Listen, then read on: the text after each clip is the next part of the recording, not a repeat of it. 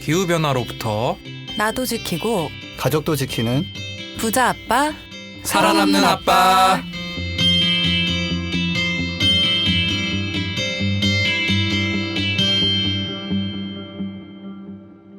안녕하세요. 팟캐스트 부자 아빠 살아남는 아빠입니다. 기후변화로 급변하는 경제산업 구조 속에서 우리들의 가족도 지키고 재산도 지킬 수 있는 방법을 지금부터 알려드립니다. 네, 안녕하세요. 요새 뉴스 보면서 되게 내적 분노 분출하고 있는 김나연입니다. 네, 여러분 양치 잘 하시고요. 치실 잘 하시고요. 40대 중반에 첫 임플란트 가게 된 김석입니다. 네, 저도 생애 전환기를 앞두고 코로나19로 공포에 떨고 있는 차윤탁입니다. 이산 가족이라면서요, 이산 가족. 아, 그럼요. 저 아이가 지금 좀 멀리 떨어져 있고 네. 지금 참 4월 6일 계약을 앞두고 여러 고민이 있습니다. 진짜 4월 6일이 되면 마치 아무 일도 없었듯이 일상으로 돌아갈 수 있을지. 전혀, 어려울 네, 것 같아요. 전혀 그렇지 않아요. 그 다다음 주인가는 또 선거잖아요. 그러니까 그쵸. 와, 그러네. 이거 진짜 참 중요한 시점인 것 같은데. 김나연 선생님 어떻게 지내신다고 하셨죠? 저는 뭐 뉴스 보고 왜 분노를 하세요? 요즘? 많은 분들이 아시겠지만 뭐 예. 사망자가 많이 나와서 아니요. 엠번방. 네. N번방 그쵸. N번방 사건.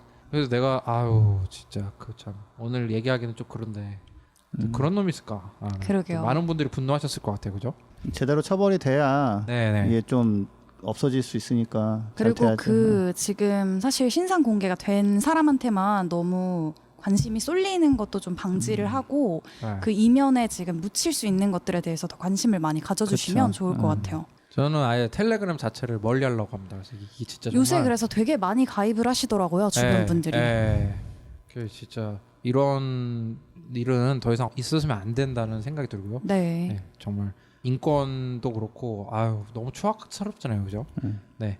그래서 저희 이런 또 심승생숭한 또 속에서 또 새로운 분들도 그렇고 기존 분들도 그렇고 댓글 많이 달아주셨는데 네. 댓글 소개 한번 하도록 하겠습니다. 네, 드림 오브 네이처님께서 저희 그린피스 자원활동가로도 열심히 활동을 하고 계신가 봐요. 네. 방문을 해주셨는데 방문 후기를 좀 남기셔가지고 저희 그린피스의 자원활동 지금은 좀 코로나19 때문에 조금 오프라인 활동이 좀 예, 그쵸. 그렇지만 저희 또 탄탄한 그런 또 프로그램 갖고 있잖아요. 네. 그래서 저희 청취자분들도 관심 가져주시면 좋을 것 같아요. 그래서 한번 좀 얘기를 드리면 이제 드림 오브 네이처님이 네. 그 방문을 하셨을 때 네. 저랑 한스 쌤이 이제 업무를 보고 있던 중이었어요. 같은 만나셨네요. 층에서. 네, 그래서 네. 저희가 가서 인사를 좀 드리고 저도 네. 이제 처음 뵈가지고 자원활동 모임에 제가 참석을 하지 않아가지고 네. 지석 쌤이랑 윤탁 쌤의 안부는 제가 전해드렸습니다. 그 나연 쌤이 악수를 이제 코비드 19 속에서 눈치 없이 이제 그러니까요. 했는데 저 이거 보고 이제 드림 오브 약간 네이처님이 이제 뜨끔했어요. 네,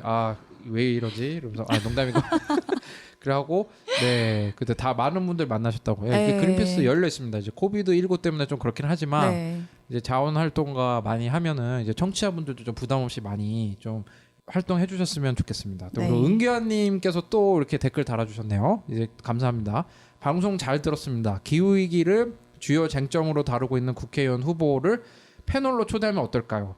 또 그린피스에서 이번에 출마하는 후보들을 기후위기에 대한 인지도 정책 등을 평가해 점수를 매겼으면 합니다. 그 결과를 공개하면 어떤 후보가 더 나은지 어떤 정당이 이 문제를 더 중요하게 다룰 정당인지 알 수 있을 것 같아요. 이분은 제가 봤을 때 캠페이너 기질이 있습니다. 네. 좋은 어젠다를 던져주셨는데 네. 우리가 이런 거를 사실은 준비를 했었는데 좀 허들이 있었죠. 김철수님. 그쵸. 예. 어떤 허들이었죠?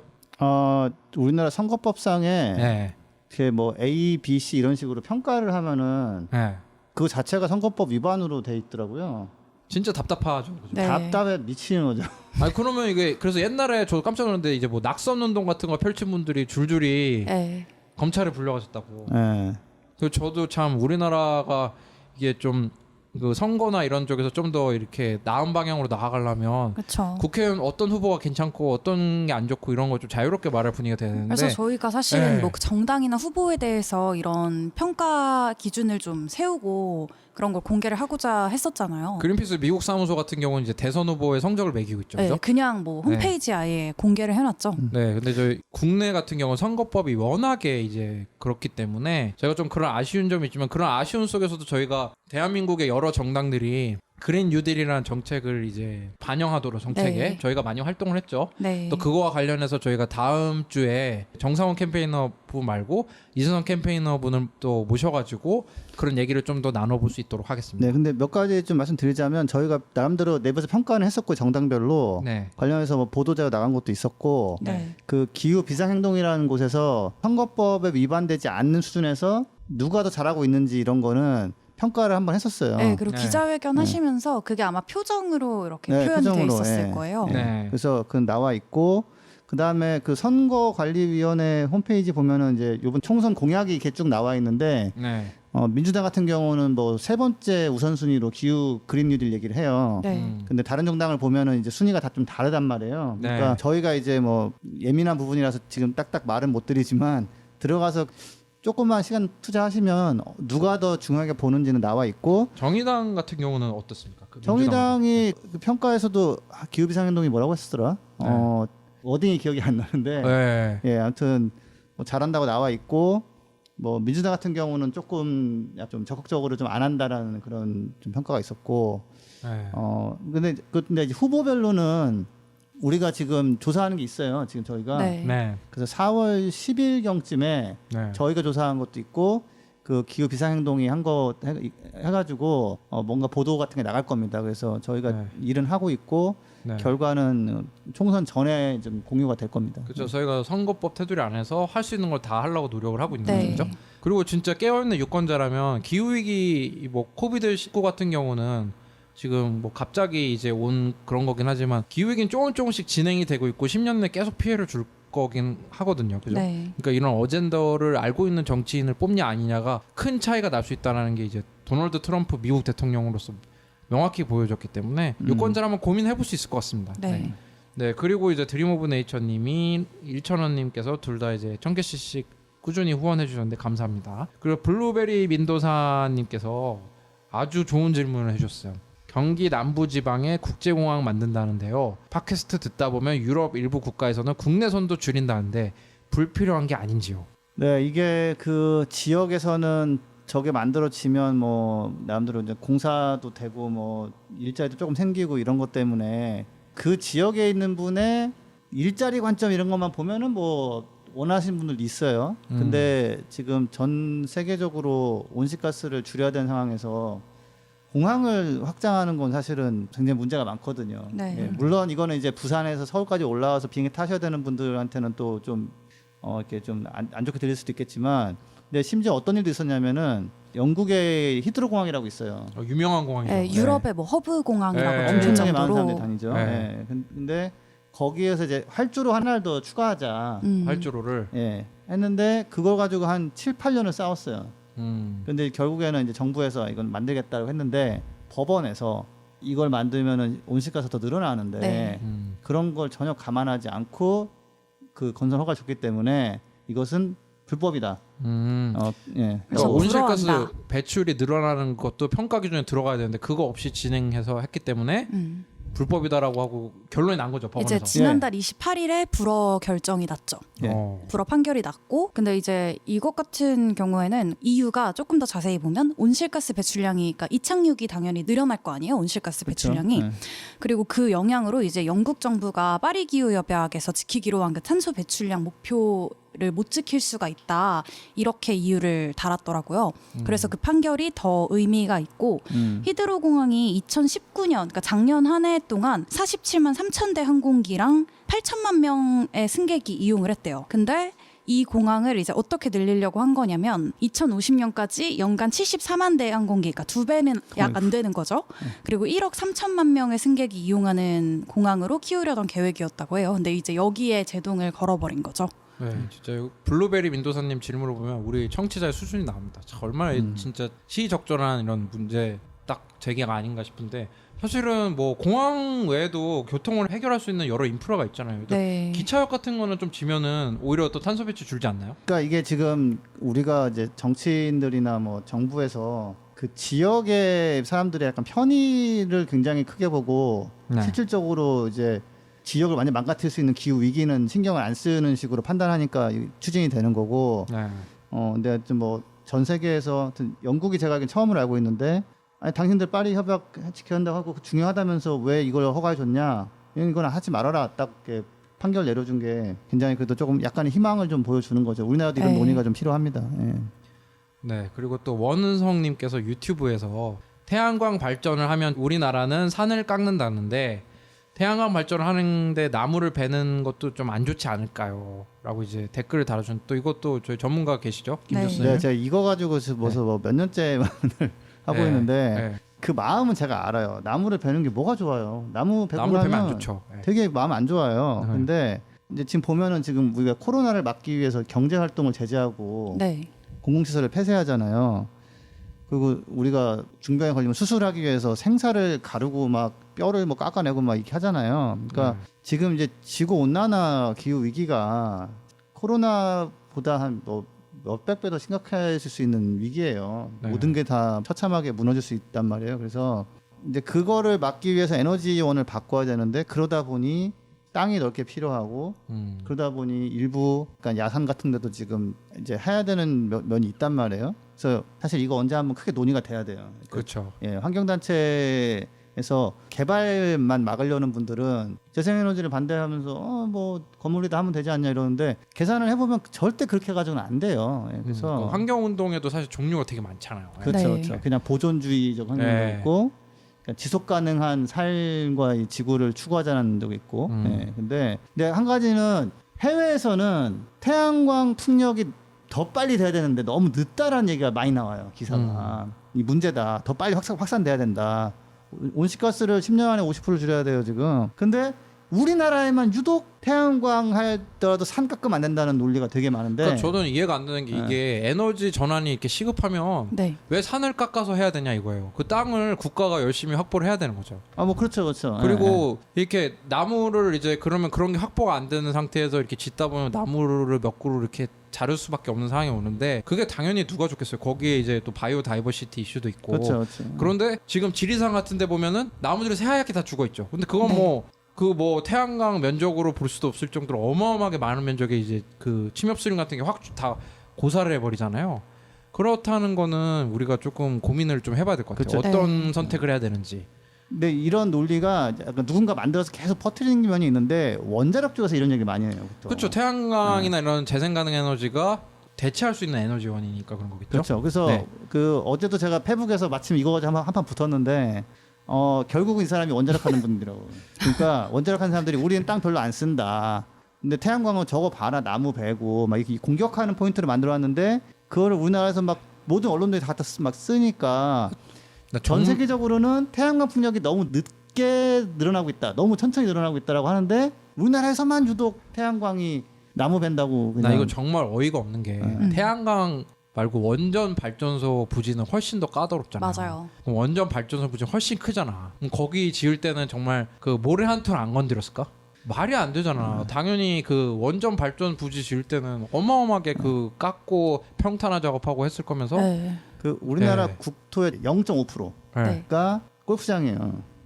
골프장은 지하수 갖다 쓰죠. 막 비료 엄청 뿌려가지고 물 오염시키죠. 뭐 이런단 말이에요. 그래서 근데 이거는 이렇게 아무리 얘기를 해도 쉽게 설득이 안 되고 그런 면이라서 요즘은 제가 싸우다가 나중에 정말 후회합니다.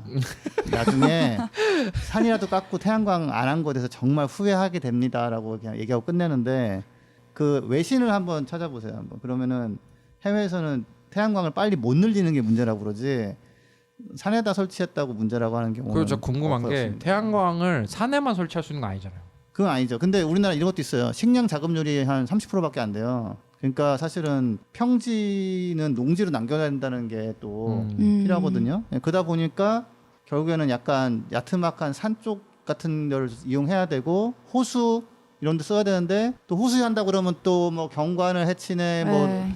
있지도 않은 중금속이 나오면서 또 반대를 해요. 그래서 예, 지금 상황은 빨리 이 조치를 취해야 되는데 약간 어설픈 보존 논리 같은 거에 막히고 그런 태양광은 나무 베면 안 돼 뭐 이런 식으로 그냥 네. 정교하게 보지도 않고서 그냥 그게 그냥 말하는 게 상식처럼 돼버렸어요. 그리고 우리나라가 뭐 국토가 작다라고 하지만은 재생 가능 에너지 설치 포텐셜 영토는 굉장히 넓고 네, 충분히 할 수 있어요. 또 옛날 우리 그린피스 동유럽인가 그런 게임을 만들었어요. 만약에 우리가 건물 옥상에 태양광을 설치를 하게 되면은 얼마나 포텐셜이 있을까 그런 것도 다 합쳐서 보니까 또 어마어마한 양이 나오더라고요. 그러니까 사실 방법이 있는데 저는 오히려 이렇게 질문하고 싶은 게 왜 산에 깎아서 하게끔 냅두냐. 오히려 더 다른 장소에 할 수 있게끔 많이 이렇게 해줘야 되고 산을 깎아서 하고 그런 거는 못하도록 규제를 해야겠죠. 근데 다른 공간 주고. 아니요, 그렇지 않아요. 그러니까 이거는 저희가 한번 정교하게 들여다보고 한번 나중에 한번 얘기를 해보죠. 왜냐하면 알겠습니다. 네. 이걸 깊이 들여다본 분들의 결론은 항상 네. 산도 좀 이용할 수밖에 없다. 결국에는 예.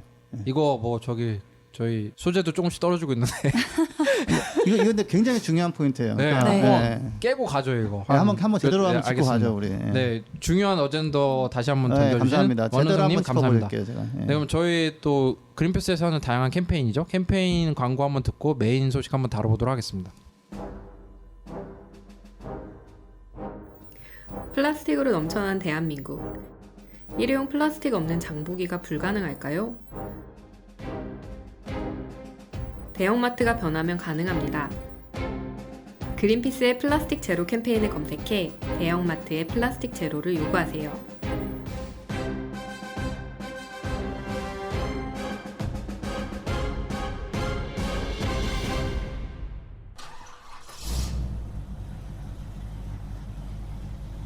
거리의 소리를 찾아서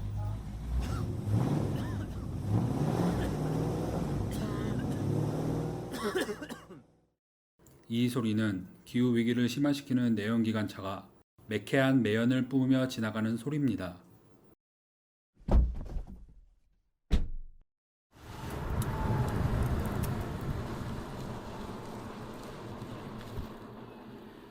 이 소리는 지구를 지키고 내 지갑도 지키는 전기차에서 나는 소리입니다.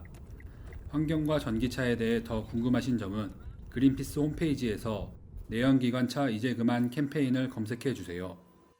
네, 저희 지난 시간에 그 코로나19의 영향을 특히 많이 받는 항공산업에 대해서 얘기를 했거든요. 네. 근데 사실 저희가 녹음이 좀 빨랐는데 이제 좀 발행은 좀 늦게 되잖아요. 네. 너무 아쉬운 게 저희 녹음하자마자 다음 날에 대한항공 주가가 25% 떨어졌다. 그래서 이 녹음이 좀 더 일찍 나왔으면 또 개미 몇 분을 살릴 수 있지 않았을까라는 생각이 들었는데 그래서 저희가 코로나 바이러스 영향을 받는 산업군이랑 오늘은 네. 그리고 기후 위기에 영향을 받는 산업군이랑 같이 좀 겹쳐서 얘기를 한번 해보려고 하거든요. 왜냐하면은 이제 저희가 한 몇 달 정도 전이었나요? 알리안츠에서 그 COP25라는 그런 국제 회의 있죠. 네. 를 대비해서 냈던 보고서를 저희가 한번 다뤘던 적이 있어요. 그래서 그 보고서에 따르면 10년 동안 이 기후 위기로만 오는 손실액이 2조 5천억 달러라고 그랬거든요. 근데 네. 여기에 이제 코로나까지 겹쳐가지고 좀 더 면밀히 좀 들여다볼 필요 없어요. 어느 산업군이 특히 영향을 받고 게다가 또 요즘 이슈가 되는 게 코로나에 딱히 영향을 받지 않으면서도 우리도 살려달라고 하는 그런 또 산업이 있을 수 있거든요. 네. 근데 기후 위기에는 맞지 않는. 그래서 오늘 한번 좀 들여다볼 수 있도록 하겠습니다. 사실 얘기해 주신 것처럼 전 세계 경제가 좀 코로나19 때문에 침체가 되고 있잖아요. 그래서 미국이나 유럽 등지에서는 이제 기업에 대한 구제금융안 발표가 좀 잇따르고 있는데 물론 경기 부양을 위해서 대규모로 투입되는 재정이 필요할 수 있죠. 근데 다만 이 재정이 지금 저희가 계속해서 얘기하는 화석연료, 그러니까 석탄, 석유, 뭐 천연가스 이런 온실가스를 다량으로 배출을 해서 기후위기를 가속화시키는 이런 산업계에 관행을 유지하는 데 쓰여서는 안 된다라는 그렇죠. 게 이제 입장이고 네. 기후위기에 사실 크게 영향을 주는 화석연료 산업을 자초위기 산업 이렇게 부르잖아요. 그래서 뭐 정유, 석유화학, 조선, 자동차 그리고 뭐 철강, 시멘트, 플라스틱 뭐 이런 산업들이 여기에 속하는데 이런 산업이 실제로 보유하고 있는 그 자원 매장량이나 뭐 시설 같은 경우에는 가치가 되게 급속도로 떨어질 거라서 좌초자산이라고 불린대요. 그리고 이러한 좌초자산 때문에 금융위기가 예상된다는 이유에서 이제 탄소 버블이라는 용어도 많이 사용이 되고 있는데 있는데 물론 정말 코로나19로 침체된 산업을 부양하는 건 중요하지만 얼마 못 가서 또 좌초될 수 있는 산업에 이런 재정이 투입된다면 좀 다시 생각을 해봐야 되지 않을까. 그러니까 이게 얼마나 좀 기가 막힌 상황이냐면 석유가 있으면 되게 엄청난 자산인 것 같잖아요. 기후 위기를 막으려면 1.5도나 2도에서 멈추려면 네. 이미 찾아놓은 석유를 이 중에서 한 절반 정도인가는 쓰면 안 되게 돼 있어요. 천연가스가 절반이고 석탄은 한 3분의 2 쓰면 안 되고. 근데 이제 현재로서는 이게 주식시장이나 뭐 이런 데 자산으로 잡혀 있단 말이에요. 석유 이만큼 있습니다. 그러면 그럼 얼마겠네. 뭐 이렇게 가치를 평가해 주는데 이게 이제 기후위기 막아야 되는데 뭔 소리 하고 딱 하면은 반토막이 나버리는 거예요. 네. 예, 그러니까 절대 못 쓸 자산이 되는 거죠. 그래서 이게 지금 터지면은 아무튼 엄청나게 금융 쪽을 완전히 흔들어 놓을 거라고 지금 보고 있는 상황입니다. 그러니까 지금 이제 전 세계적으로 기후 위기에 맞서서 이제 배출량을 줄이자라고 거의 합의가 되고 있는 상황이고 네. 이제 뭐 탄소세도 매긴다고 하고 그러는데 그때 이제 보유하고 있는 석유 같은 걸 자산으로 매기고 있는 회사들이 다른 자산으로 이제 완전 악성 그런 어셋이 되는 거죠. 근데 지금 무디스죠. 우리 신용 평가 네네. 등급에서 코비드-19 코로나 바이러스에 영향을 많이 받는 산업군을 뽑았는데 단연 1등 그 가장 높은 위험에 노출되는 건 네. 항공 산업이라고 이제 그래서 뭐 있고. 항공 네. 쪽에 사실 투입이 가장 먼저 되고 있죠. 좀. 그래서 지금 호주 퀀타스 항공 같은 경우는 2만 명이 뭐라고 그러죠? 휴업?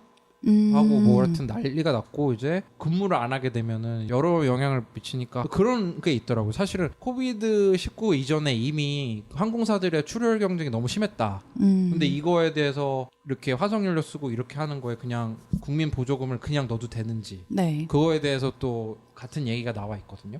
그런 거에 대해서 좀 우리가 오늘 고민을 좀 해봤으면 좋겠는데 또 아까 말씀하신 정유산업 얘기를 하셨잖아요. 네. 무디스의 분석에 따르면 오일 앤 가스 그러니까 정유 쪽이죠. 이쪽은 리스크가 그렇게 높지 않은 걸로 코비드-19에 높지 않은 걸로 얘기가 되고 있는데 근데 지금 이쪽에도 보조금 얘기가 나오고 있죠. 네, 그렇죠. 근데 이건 좀 다른 양상인 것 같아요. 왜냐하면 유가가 좀 떨어져가지고 그러는 것 같은데 이거에 대해서는 좀 어떻게 생각하시는지 지석사님. 유가 이쪽은 그 바이러스 이런 것 때문에 수요가 좀 줄어들긴 하는데 그렇죠. 네. 그것보다는 지금 사우디하고 러시아하고 네. 예, 그 감산 약속을 깨고 이제 마구잡이를 퍼내고 있는 거 이게 지금 제일 이슈예요. 근데 하나 좀 흥미로운 점은 이제 지금 뭐 여러 가지 해석이 분분한데 그중 한 가지 분석이 사우디가 어차피 앞으로 석유 못 팔 수도 있으니까 네. 팔 때 다 팔아버리자라는 전략을 세운 것으로 보는 경우도 있어요. 왜냐하면 원래는 국영 석유 회사고, 네. 근데 그거를 주식회사로 바꿔가지고 얼마 전에 IPO를 상장해서 뭐 전 세계에서 자산이 가장 많은 회사가 됐나요? 그렇죠. 근데 애플보다 비싼 회사가 되죠. 근데 한 가지 별로 인기가 없었어요. 생각보다 그 잘 팔리진 않았어요 주식이. 그러니까 사람들이 야 뭐 석유 앞으로 어떻게 될지 모르는데 이런 게 있는 거죠. 거기다가 감산에서 증산으로 넘어간 것도 뭐 감산을 해가지고 가격을 높게 유지하고서 팔다가 어느 순간 자 기후변화 때문에 안 돼 그만 팔어 이래 버리면 자기들은 이제 완전히 그럼 어떡하지 그러니까 최대한 싸게라도 팔자 뭐 이런 식으로 뭐 전략을 바꾼 것 같다라는 얘기가 출혈 있습니다. 경쟁을 벌이고 있는 거로 볼 수도 있고. 팔 수 있을 때 팔자. 네. 그리고 지금 유가가 최저점을 찍지 않았다는 얘기도 있어요. 그러니까 2016년인가 이미 20달러대를 한번 찍은 적이 있더라고요. 그래서 아직 그렇게 많이 떨어지지도 않았고. 나이지리아가 또 뭐 굉장히 또 싸게 나왔다는 것 같던데요. 아 진짜. 네. 각자 싸게라도 빨리 팔자. 네. 좀 그런 것만 팔아서 돌아가는 나라에서는 지금 못 팔면 싸게라도 못 팔면 돈이 아예 안 돌아버리니까 뭐 그런 것 같은데. 그렇죠. 이제 나중에 기후위기가 심각하되면 뭐 못 사게 할 거 아니에요. 네. 못 팔게 할 수도 있고. 네. 지금 그래서 정유 산업이 그런 것 같고 또 COP25 알리안츠 보고서에 따르면 네.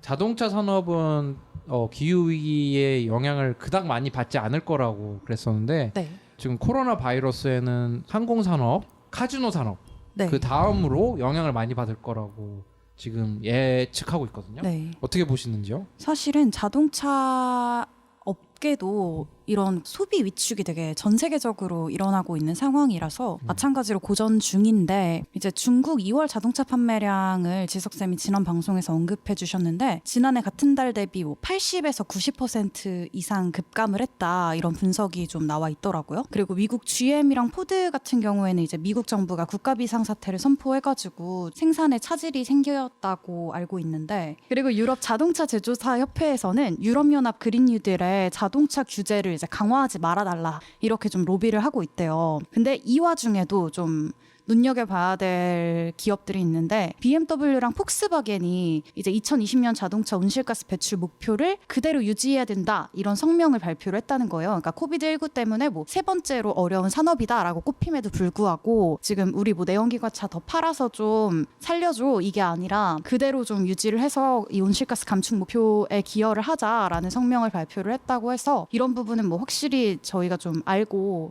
칭찬을 해줘야 될 부분인 것 같고 또 이게 GM이 또 이런 위기를 겪었던 적이 있대요 과거에. 2008년도에. 네, 그래서 오바마 전 대통령 시절에 이제 파산 보호를 신청한 적이 있는데 그 당시에 이제 미국 정부가 엄청난 구제금융을 투입을 한 거예요. 뭐 수십조 원이었대요. 그때 진짜 어마어마했죠. 네. 도덕적 해이가 그게 달했던.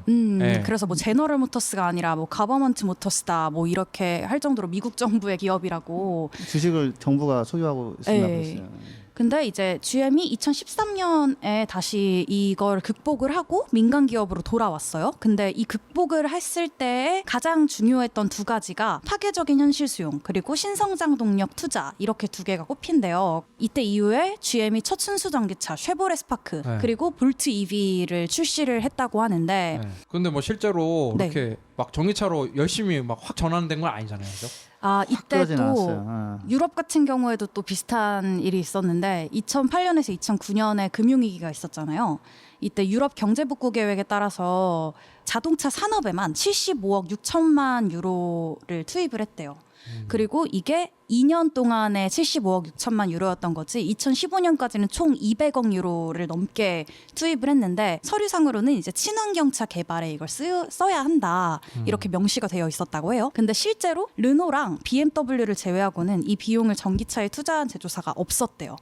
오히려 다른 자동차 제조사들이 소비자들 그냥 눈 가리는데 되게 바빴다고 하는데 자동차 제조사들이 왜 자동차를 신차를 출시할 때 자동차에서 배출되는 이산화탄소량을 이제 명기를 하잖아요. 네. 근데 그게 사실 실험실 안에서 그 일정 막 조건이나 이런 걸 다 네. 맞춰서 측정을 하는 거랑 그리고 실제로 도로에 나가서 주행을 할 때 배출되는 거랑 그 수치가 굉장히 차이가 있어요, 실제로. 그렇죠. 근데 이 시기에 그 차이가 더 커졌다는 거예요. 그러니까 소비자들을 되게 속인 거죠. 그리고 심지어 이산화탄소를 줄이라고 신환경차 개발에 이거를 쓰라고 했더니 SUV처럼 이산화탄소를 뿜뿜 뿜어내는 그런 차량을 오히려 더 판매를 많이 했다고 하더라고요. 그러니까 지금 코로나19 사태로 조심해서 봐야 되는 게 네. 기업과 정부 사이에 지금 고용이라는 인지를 두고 인질극이 벌어지고 있는 거예요. 그쵸. 그렇죠. 지금 2007년, 2008년 금융위기 때 진짜 정말 미국 월가의 금융사들이 엄청 부도덕적인 그런 파생 상품을 많이 팔아가지고 그래서 금융위기를 일으킨 장본이 있는데 네. 그때 나온 그 논리가 too big to fail이라고 그래가지고 대마불사라고 하죠. 이게 네. 너무 큰 회사이기 때문에 없앨 수 없다라는 논리를 가지고 책임도 그렇게 자세히 묻지 않고 경제 위기에 대한 그 글로벌 경제 위기에 대한 고통을 전 세계 사람들이 분담했잖아요. 네. 지금도 분명히 이 전환할 수 있는 이렇게 재생 가능 에너지나 아니면은 새로운 차로 전환할 수 있는 시기가 있었는데도 불구하고 네. 코로나 바이러스 19를 보조금을 더 달라. 안 그러면 우리 지금 사람 자를 거야.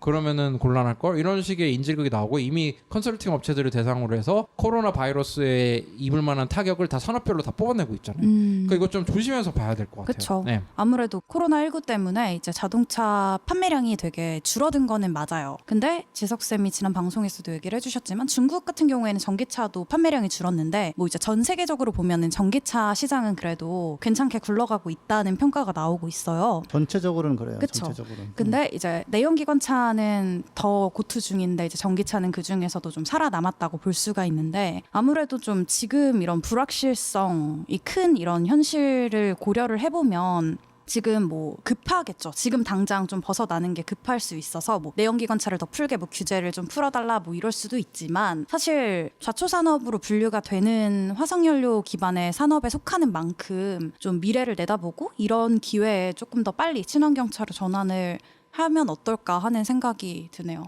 우리나라에서는 좀 인식이 어떤가요? 지금 위기가 이렇게 심각한 상황인데 뭐 그냥 보조금을 무분별하게 다 모든 산업에 주려고 하는 건지 좀 어떤 상황인지 좀 궁금하거든요. 그러니까 우리나라에서도 지금 100조 원 정도 지원한다고 얘기가 나왔잖아요. 네네. 예, 그리고 대기업들도 포함시킨다 도와주는 거는. 근데 만두그룹인가 그 네. 부품업체가 뭐 이 상태로 한 2달 정도 가면은 도산할 수 있다 뭐 이런 얘기 나와요. 그래서 뭔가 도움은 필요한데 여기서 이제 조심해야 되는 거는 다들 우르르 망해가지고 일자리가 다 없어져 버리면 그것도 문제지만 여기에 또 과도하게 도움을 줘가지고 축소되고 사실은 이제 바뀌어야 되는 산업을 억지로 살려놓으면은 이거는 돈도 돈대로 쓰고 이제 기후 위기는 기후 위기대로 심해지고 이러니까 좀 조심해서 이렇게 좀 이 부분은 일단은 좀 도와주고 다만 뭐 이걸 계기로 또 막 확장하고 이런 건 안 되게 또 조심하면서 이게 굉장히 빠르게 굉장히 잘 판단해서 굉장히 정교하게 길게 볼 거 길게 보면서 이렇게 해야 되는 아주 어려운 상황입니다. 사실은 이게 좀 정부가 이런 심각성에 대해서 인식을 하고 있는지 지난달 5일에 뭐 환경부가 발표한 게 있다면서요? 네, 2050 장기 저탄소 발전 전략 검토안인데 이제 확정은 아닌데 어쨌든 이 검토안이 좀 또 문제가 됐던 게 가장 적극적인 시나리오도 이제 2050년에 2017년 대비 75%의 탄소를 감축하겠다. 여기에서 네, 그쳐서 사실 2050년이면 탄소 배출이 제로가 돼야 되잖아요. 네, 그래도 조금 늦죠. 약간 더 네. 빨라야 돼요. 사실은. 그래서 근데 제가 거기 들어가 있었거든요. 자문위원 중에 한 명으로. 네. 회의하러 갈 때마다 막 속이 쓰려가지고 가기 싫어가지고 그 기후에 대한 생각 없이 그냥 나름대로 자기는 좋은 의도라고 생각하고 네. 탄소세는 경제의 부담이고 뭐 이런 식으로 그냥 쉽게 얘기하는 분들이 좀 많았어요. 그리고 자동차 쪽 같은 경우는 제가 참여 안 했는데 거기에 있는 사람 한 명이 그 저기 엔진차 내연기관차 만드는 학과에 유명한 교수가 있었어요. 아, 네네. 이제 뭐 이름은 기억도 안 나고 밝히는 건 좀 그런데 그분들하고 참가한 사람들이 다들 100% 전기차는 어렵지. 저 50년까지 하면서 그냥 남겨놓은 거예요, 이거를. 그래서 그 청년들이 뭐 이렇게 다시 설득도 해보려고 했는데 안 되더라고요. 그래가지고 예전 거에 비해서는 뭐 세게 목표가 나왔다고 하지만 과학적인 기준에서 부족하고 그다음에 거기에 이제 그 자문단의 이런 구성상 뭐 이런 식으로 전기차 100%가 안 된다고 그냥 말해버리는 결론이 난 거는 굉장히 아쉽죠. 그게 우리나라가 되게 뭔가 세계적인 흐름을 정말 따라가지 못하고 뒤처져 있다는 생각이 드는데 네. 사실 영국, 프랑스, 캐나다, 멕시코 이런 20개국이 2030년, 그러니까 10년 남았어요. 그때까지 이제 석탄 발전소 모두 폐쇄하는 탈석탄 동맹을 맺었고 이들 국가 전체가 이제 2040년, 20년 남았죠. 그때는 이제 내연기관차 판매를 다 금지하려고 지금 하고 있거든요. 네, 심지어는 영국 같은 경우는 5년을 당겼어요. 2035년으로. 예, 그리고 뭐 노르웨이나 뭐 스웨덴 이쪽은 2025년, 2030년을 보고 있단 근데 말이에요. 우리나라는 2050년에도 지금 불가능하대, 뭐 그냥. 어렵다고 하니까. 그러면서 또 무슨 얘기하는 줄 아세요? 그 자문위원들이 미래를 어떻게 하냐? 아니 미래를 모른다고 얘기하면 그러면은 할 수도 있다라고 또 넣어야 될 거 아니야. 그쵸. 근데 그쵸. 미래를 어떻게 아느냐 그러면서 저건 불가능하대. 30년 후의 일을. 아. 이게 사실 그 자체도 논리 앞뒤가 안 맞죠. 되게 책임감이 없는 모습인 것 같아요. 어떤 책임감이 있냐면 자기의 밥그릇과 지키려는 책임감. 뭐 자기들이 가르치는 학생들에 대한 책임감 같은 거 약간. 근데 약간 좀 저 느낌은 항상 받는 게 학원 원장님 같은 느낌이에요. 그냥 우리 학원 일단 돼야 되니까 네. 뭐 이런 느낌이지. 뭐 큰 내가 담론을 나누려고 하는 사람 그런 아니고. 거가 너무 없는 거예요. 근데 근데 너무 눈 가리고 아웅이잖아요. 지금 그렇게까지 굴러왔거든 지금까지. 저 지난주에 방송했지만 네. 코로나19 사태랑은 별개로 어쨌든 항공업계 같은 경우는 이제 2021년부터 감축을 해야 되는 거고 네. 다른 업계도 이제 그렇게 주장을 해야 되는 거고 우리나라에서도 이제 코로나19 사태로 인해서 좀 기후 이런 배출을 줄이는 거를 다시 번복하는 그런 상황이 나오면 안 될 텐데 네. 지금 그래도 보조금 같은 게 막 들어갈까 봐 굉장히 고민된 상황인데 이때 또 저희 악당이죠 트럼프 대통령이 돈을 거의 달러를 찍어내는 나라다 보니까 네. 3천억 달러를 소상공인한테 지원한다고 했는데 이거는 당연히 뭐 이해가 되는 부분이지만 500억 달러를 항공산업에다가 쓰겠다는 거예요. 그래서 500억 달러면은 뭐 50조 원이잖아요. 근데 이거를 당장 살려놓는 것도 하지만은 탄소 배출 줄이는 인프라에 들어가는 그 비용이 또 다른 데 쓰이는 거잖아요. 그죠? 그렇죠. 그 저는 도저히 이해할 수 없는 게 1,500억 달러를 호텔 산업에다가 투입을 하겠다는 건데 이거는 뭐 자기가 리조트 사업을 해서 그런 거지. 동병상련. 그래가지고 진짜 괴멸 상태에 빠진 산업도 있지만은 또 이럴 때야말로 이제 전환이 돼야 되는 사업이 있는데 맞아요. 그런 데는 제대로 들어가고 있는지 의문이. 왜냐하면 이게 시간이 쫓기거든요.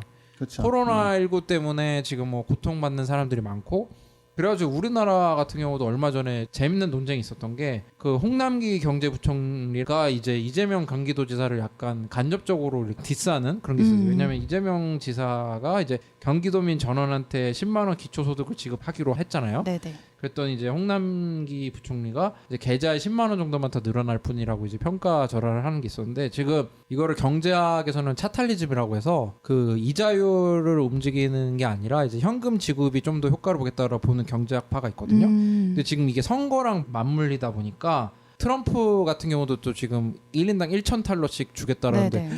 1인당 1,000달러씩 한 명씩 주면 그게 얼마예요, 그죠? 그렇게 통화량이 늘어나게 되면 또 문제가 발생하는 건데 이게 또 트럼프가 그 의회한테 빨리 승인하라고 압박을 주고 있어요. 마치 자기는 이 1,000달러를 주는 거를 빨리 주고 싶은데 의회는 못 주는 것처럼. 그럼 이렇게 하다 보면은 이성적으로 판단을 해야 되는 부분에서 그게 네. 안 되고 시간에 쫓겨서 판단을 해야 되는 건데 이렇다 보면은 기후위기를 더 심화시키는 그런 뭐 결정이 구렁이 담 넘어가듯이 이렇게 일어날 수가 있는 거거든요. 그렇죠. 사실 이런 때일수록 되게 기후위기를 더 좀 생각을 하면서 뭔가 지속 가능한 쪽으로 바꿔 나가야 되는데 그렇지 않으면 사실은 더 좀 위기를 자초하는 그런 게 되지 않을까요?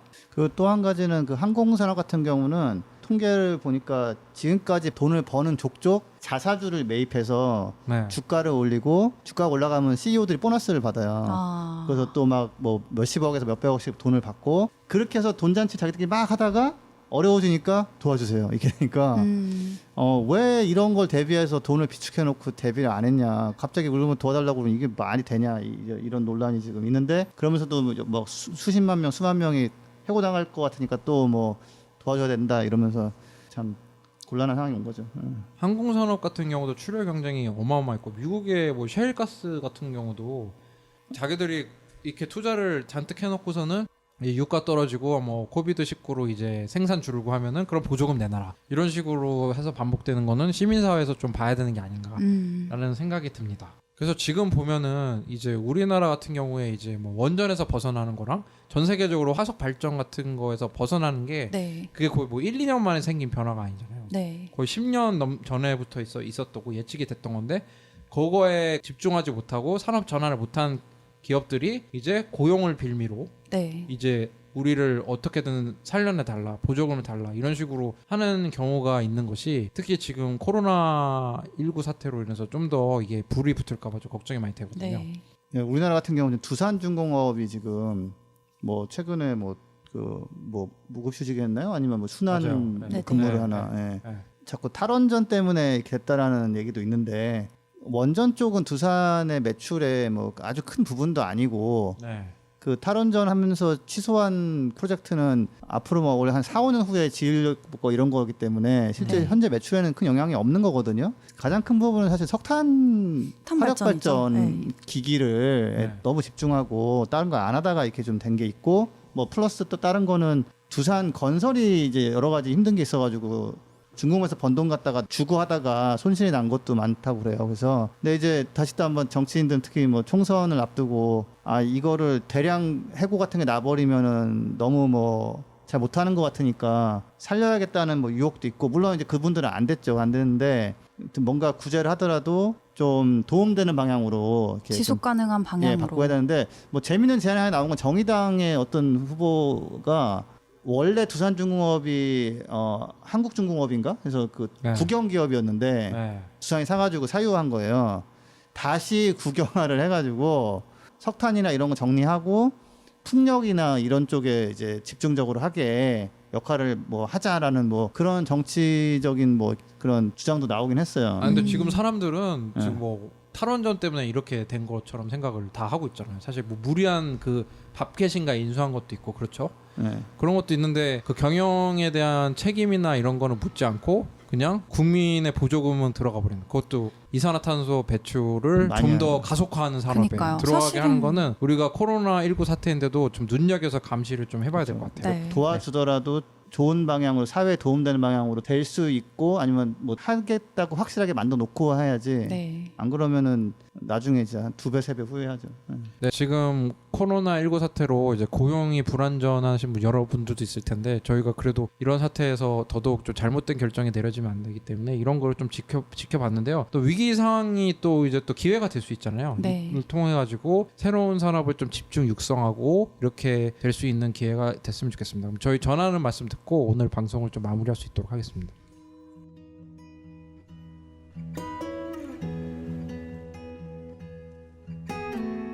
이 방송은 여러분의 소중한 후원으로 만들어집니다.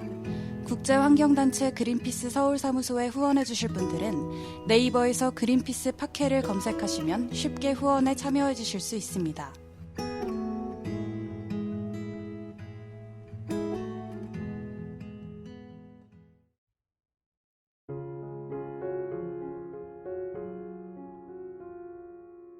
부자 아빠 살아남는 아빠는 애플 팟캐스트, 구글 팟캐스트, 팟빵, 파티, 앵커, 오디오 클립 등을 통해서 들으실 수 있습니다. 방송에 대한 의견이나 참여를 원하시는 분들은 gkr@greenpeace.org로 메일을 보내주시면 저희가 정기적으로 확인하겠습니다. 부자 아빠 살아남는 아빠.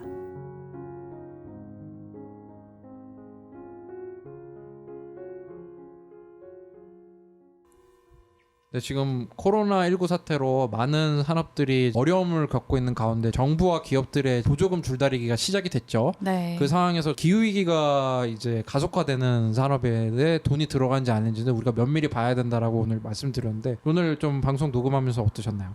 저는 뭐 앞으로 나오는 것들을 조금 면밀히 살펴봐야겠다라는 네. 생각이 좀 들었어요. 저는 그래도 약간 다행스럽다고 생각되는 부분은 예전에는 빨리 허리띠 졸라매고 네. 정부가 뭐 도와주고 뭐 은행은 빨리 뭐 대출도 해주고 뭐 이런 식으로 논의가 됐다면 그래도 지금은 뭐 정치권에서 나름대로 뭐 그린 뉴딜이 필요하고 온실가스 줄여야 되고 뭐 이런 논의가 일단은 조금 나와 있는 상황이기 때문에 그 해외에서도 그런 얘기도 많이 나오고요. 그린 뉴딜 쪽으로 경기 회복해야지 안 그러면 큰일 난다고 심지어는 그 보수적인 IEA도 그런 얘기를 한단 말이에요. 네. 그래서 네.